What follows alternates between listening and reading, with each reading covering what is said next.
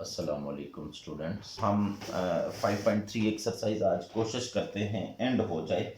अभी मैंने आपको लास्ट टाइम बताया था दैट 5.3 एक्सरसाइज के सारे क्वेश्चंस एक जैसे हैं। हमने जो क्वेश्चन अब सॉल्व करने हैं 7, 8, 9 की मैथमेटिकल फॉर्म बनाने ही एक चैलेंज है। और बाकी एक क्वेश्चन तो हमने पहले भी सॉल्व किया था, एक और सॉल्व कर लेंगे, उन्हीं में से एक सॉल्व कर लेंगे। मैंने आपको स्टूडेंट बताया था दैट कॉर्नर पॉइंट तक सारी डिस्कशन वैसे ही चलेगी, कॉर्नर पॉइंट, और फिर यहाँ पे फंक्शन गिवन होगा, या तो गिवन होगा या हम खुद ही बना लेंगे। 7, 8, 9 में तो हम खुद बनाएंगे क्योंकि फंक्शन की ही बात हो रही है वहाँ वर्डिंग में। और 1 से लेकर 6 तक जो क्वेश्चन हैं इसमें फंक्शन गिवन है।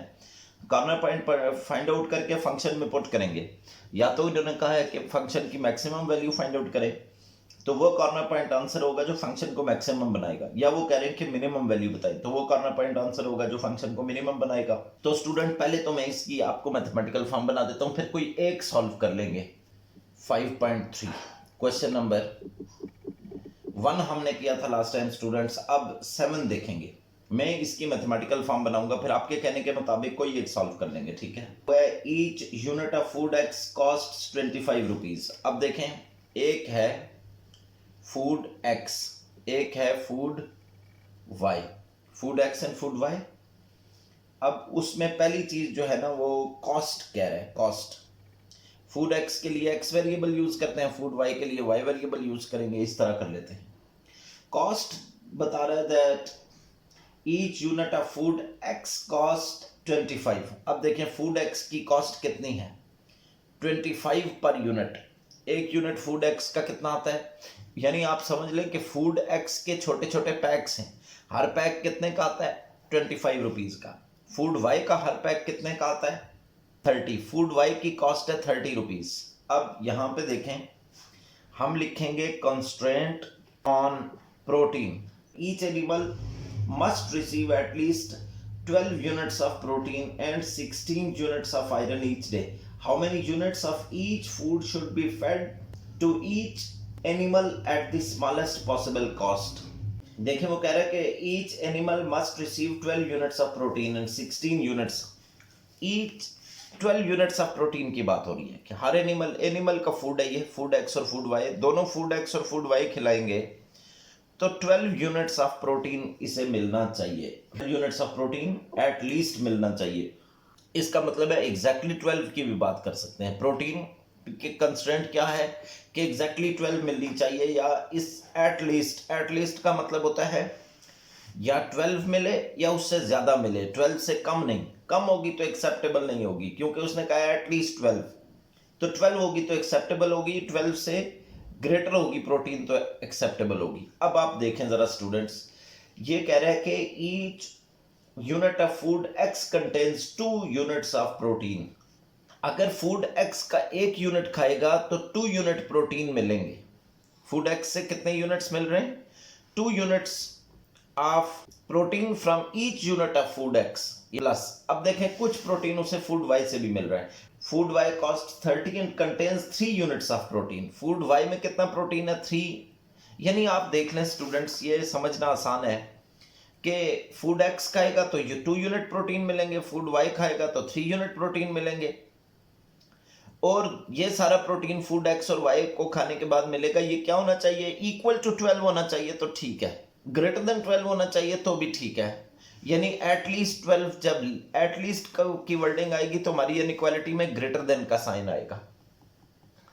यानी ये प्रोटीन है और ये या तो इक्वल टू 12 है या उससे ग्रेटर है, यानी least value of protein is 12 here. Constant on iron. Iron पे क्या कॉन्स्टेंट है देखिएगा। आयरन पे कॉन्स्टेंट है फूड एक्स खाएगा तो 4 यूनिट ऑफ आयरन मिलेंगे, क्योंकि फूड एक्स में 4 यूनिट्स आयरन है, और फूड वाई खाएगा तो 2 यूनिट्स आयरन मिलेंगे। फूड एक्स में 4 यूनिट आयरन है, फूड वाई में 2 यूनिट्स आयरन है, और आयरन कितने मिलने चाहिए एनिमल को, 16 यूनिट मिले तो ठीक है, वरना इससे ग्रेटर मिलने चाहिए। और फिर स्टूडेंट्स देखें, अगर एनिमल खाना खुराक नहीं खा रहा तो यानी फूड एक्स नहीं खा रहा तो इक्वल टू 0, फूड वाई नहीं खा रहा तो इक्वल टू 0, और अगर खा रहा है तो कोई ग्रेटर देन 0 क्वांटिटी होगी, कोई नॉन नेगेटिव वैल्यू होगी। तो इस तरीके से हमारे पास, अब देखें कॉस्ट फंक्शन हमारे पास बन रहा है। कॉस्ट फंक्शन कॉस्ट फंक्शन क्या है? कॉस्ट फंक्शन है एफ ऑफ एक्स वाई, इसको जेड भी कह सकते हैं। तो हर यूनिट जो है ना वो फूड एक्स का 25 रुपीज़ का है, तो एक यूनिट आएगा तो 25 इंटू 1, दो आएंगे 25 इंटू 2, लेकिन कितने यूनिट्स हैं? एक्स यूनिट्स हैं, तो 25x, और फूड वाई के 30 यूनिट्स हैं। तो ये कॉस्ट फंक्शन है। कॉस्ट फंक्शन को मिनिमाइज करते हैं। Cost function is always minimised. वैसे भी उसने लिख दिया कि how many units of each food should be fed to each animal at the smallest possible cost, यानी कॉस्ट स्मॉलेस्ट हो तो कितने यूनिट्स फूड खिलाएं ताकि ये रिक्वायरमेंट कंप्लीट हो, उसे प्रोटीन और आयरन इतनी अमाउंट में मिलता रहे। उम्मीद है ये आप समझ गए होंगे। और अब मैं आगे बढ़ता हूँ, क्वेश्चन नंबर 8 डिस्कस करेंगे। अब क्वेश्चन नंबर 8 देखिएगा, कोई एक कंप्लीट भी करेंगे इनमें। ये कह रहे हैं dealer wishes to purchase number of fans and sewing machines. तो हमें नहीं पता वो कितनी सीविंग मशीन और कितने फैंस लेके आएगा, तो let x be number of fans and y be number of sewing machines. इधर लिखा हुआ है कि he has only 5760 rupees to invest. 5760 rupees उसके पास टोटल इन्वेस्टमेंट है। तो आप देखें जितने भी फैंस लाएगा, जितनी भी सीविंग मशीन्स लाएगा, लेकिन ये सारे पैसे उसके पास कितने हैं? 5760। इसके बाद आगे क्या लिखा हुआ है स्टूडेंट्स देखें कि and as space of for 20 items. कह रहे हैं कि एक कॉन्स्टेंट, तो हम ये लिखते हैं ना कॉन्स्टेंट ऑन स्पेस। स्पेस जो उसके पास है वो कितनी है? वो है 20 आइटम्स की, यानी एक्स लेके आ रहा है। एक्स क्या है? फैंस। और वाई भी लेके आ रहा है। वाई क्या है? Sieving machines. एक्स भी लेके आ रहा है, वाई भी लेके आ रहा है, फैंस भी लेके आ रहा है, सीविंग मशीन्स भी लेके आ रहा है। कितनी लेके आए? 20 ले आएगा तो जगह मौजूद है। 20 से कम लाएगा तो जगह मौजूद है, 20 से ज्यादा लाएगा तो जगह मौजूद नहीं है।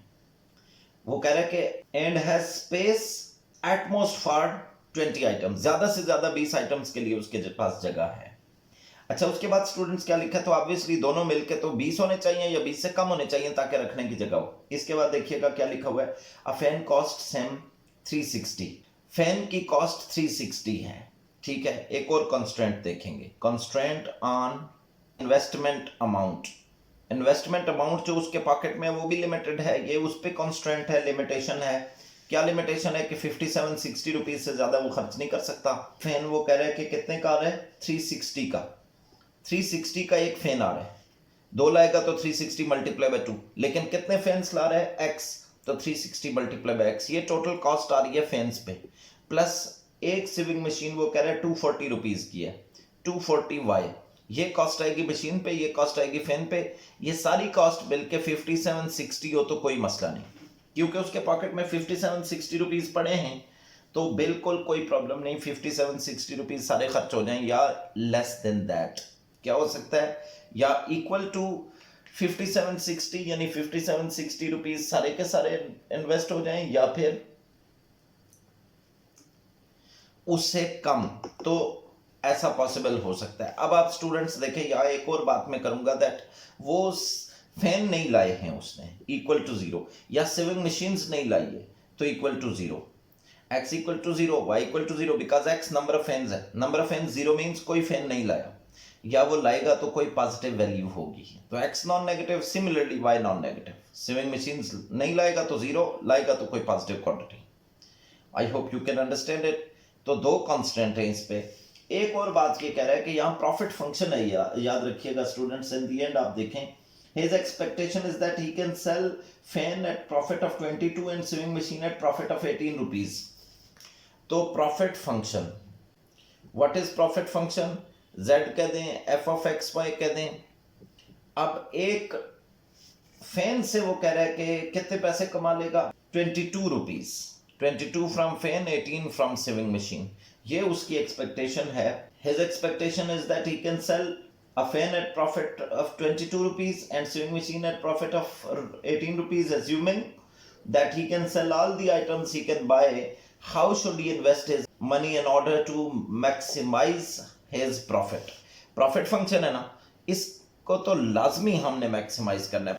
अब स्टूडेंट्स देख लें, उसी तरह का क्वेश्चन है, हमारे पास ये इनइक्वालिटी है, ये इनइक्वालिटी, दो इनइक्वालिटीज हैं और इन दो इनइक्वालिटीज को हमने प्लॉट करना है, इनका कॉमन रीजन शेड करना है, उसके कॉर्नर पॉइंट्स फाइंड आउट करने, कॉर्नर पॉइंट फंक्शन में पुट करने हैं। It's straightforward easy way to solve.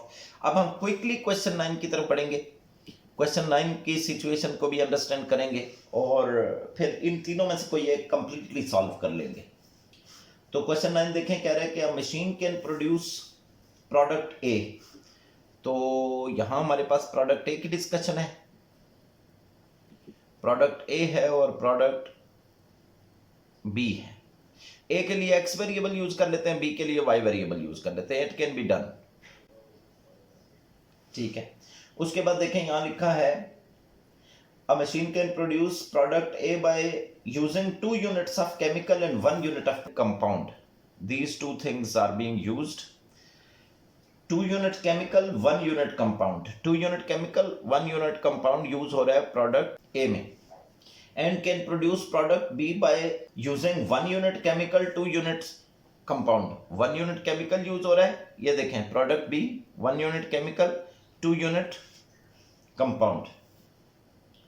Only 800 of chemical and 800 units of chemical, 1000 units of compounds are available. तो मैं यहां लिखूंगा कंस्ट्रेंट ऑन केमिकल। केमिकल पे constraint है, देखें केमिकल यूज हो रहा है प्रोडक्ट ए, 1 यूनिट प्रोडक्ट ए का बनेगा, 2 यूनिट्स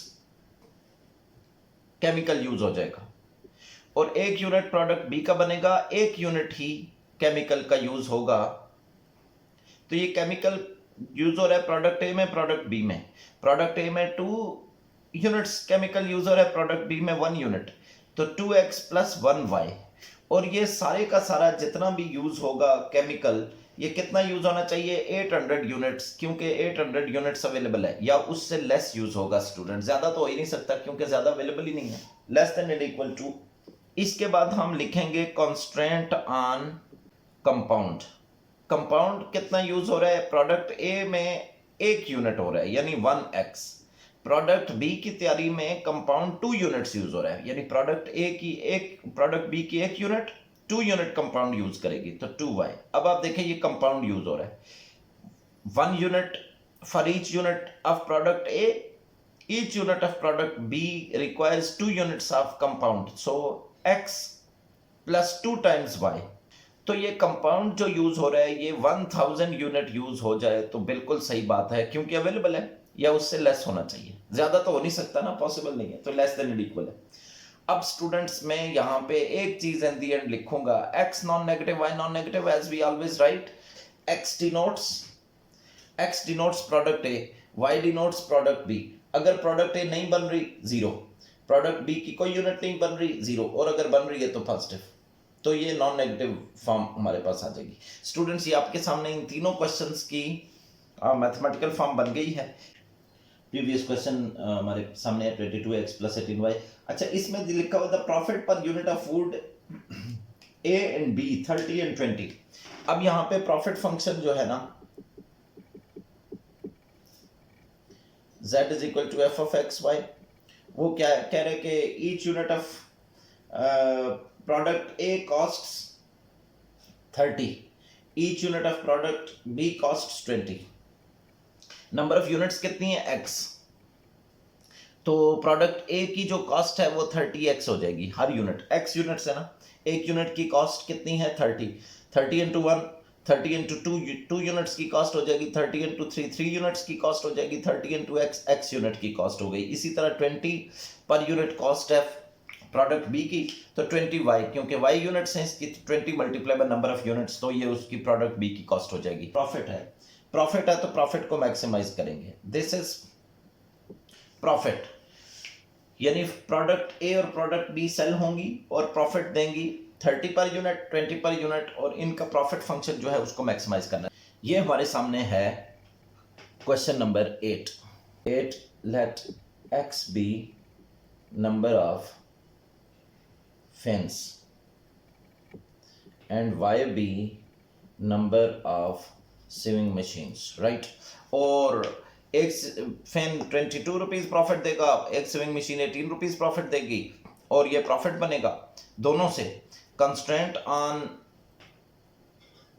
ये कंस्ट्रेंट लिखा है ऑन स्पेस कि हमारे पास आइटम्स कितने रखने की जगह 20 maximum. Constraint on investment, pocket में सिर्फ 57-60 रुपीज पड़े हैं। एक फैन 360 का आता है और हम एक्स फैन लाएं तो 360 multiply by x will be investment on fan. Similarly 240 y investment on swimming machine. और ये जो टोटल हमने पैसे खर्च किए हैं ये या तो इक्वल टू 57-60 होने चाहिए या उससे लेस। और इन दी एंड जो बात की है वो क्या है कि अगर स्विमिंग मशीन या फैन नहीं आ रहे तो x equal to 0, y equal to 0, और अगर आ रहे तो उनकी ऑब्वियसली कोई पॉजिटिव क्वांटिटी है ग्रेटर देन दैट, तो x नॉन नेगेटिव बन गया, y नॉन नेगेटिव बन गया। अब आप स्टूडेंट्स देखिएगा, इस इन इनइक्वालिटीज को मैं नेम कर लेता हूं, this is 1 and this is 2 from 1। Associated equation is, आप जरा कैलकुलेटर भी अपने पास रखिएगा, x plus y is equal to 20, x plus y less than 20। इसमें तो पुट करते हैं 0 0 0 0 की सब्स्टिट्यूशन हमें 0 लेस देन 20 ट्रू स्टेटमेंट देगी। When it is true therefore shading is towards origin. Shading is TO में लिख देता हूं, TO मींस टुवर्ड्स ओरिजिन। ये लिखा है शेडिंग इज टुवर्ड्स ओरिजिन। अब यहां पे हमने क्या काम करना है, एक्स इंटरसेप्ट वाई इंटरसेप्ट के लिहाज से for x intercept put y is equal to 0। जब y को 0 लिखेंगे तो x 20 आ जाएगा और देयरफॉर पॉइंट बनेगा 20 0। For y intercept put x is equal to 0, x को 0 रखेंगे तो y 20 आ जाएगा और पॉइंट बनेगा 0 20। फ्रॉम 2 देखते हैं students, from 2 what we have. Associated equation is 360x plus 240y, and we have this inequality here, 360x plus 240y less than 5760। इसमें put करते हैं 0 0 will give us 0 less than 5760 true, therefore shading is towards origin। for x intercept put y is equal to 0। y को अगर 0 रखेंगे 16 आ रहा है, तो देखें for y intercept put x equal to 0, x को 0 रखने से हमें y मिलेगा। y क्या मिल रहा है, 240 से डिवाइड करें तो क्या आता है, 5760 डिवाइड बाय 240 24, ये 024 वैल्यू आएगी। इसको कंबाइंड नेम दे देते हैं 3, this has a combined name 3, तो मैं लिखूंगा 3 implies shading is in first quadrant, this is finding from 3। अब क्विकली हम इसका ग्राफ भी प्लॉट करेंगे। लार्ज वैल्यूज हैं तो मैं ऐसे करता हूं, 4 का डिफरेंस ले लेता हूं। एक मैंने 20, ये देखें, ये 4 8 12 16 20 24, इस तरह मैंने इस पॉइंट्स को लोकेट कर दिया। और वाई एक्सेस पे भी ऐसे ही होगा, 4 8 12 16 20। अब देखते हैं स्टूडेंट, पहला पॉइंट जो हमारे पास है वो 0 20 है, 20 0 है, दिस इज 20 0, 1 2 3 4 5, हियर इज 20, 4 8 12 16 20, 20 0 ये है, 4 8 12 16 20, 0 20 ये है, तो ये लाइन हो जाएगी हमारे पास। और इसकी फाइंडिंग क्या थी, towards origin, shading is towards origin, shading will be on this side. इसके बाद स्टूडेंट्स देखेंगे सेकंड के लिए, सेकंड का जो पॉइंट है वो 16 है, दिस इज 16 0, और दूसरा बन रहा है 0 24, दिस इज 0 24। इन दोनों को ज्वाइन करें तो इसकी भी फाइंडिंग है towards origin, shading is towards origin, right. Shading is in first quadrant, 3 से, इसका मतलब है फर्स्ट क्वाड्रेंट में कॉमन रीजन हमारे पास ये बन रहा है।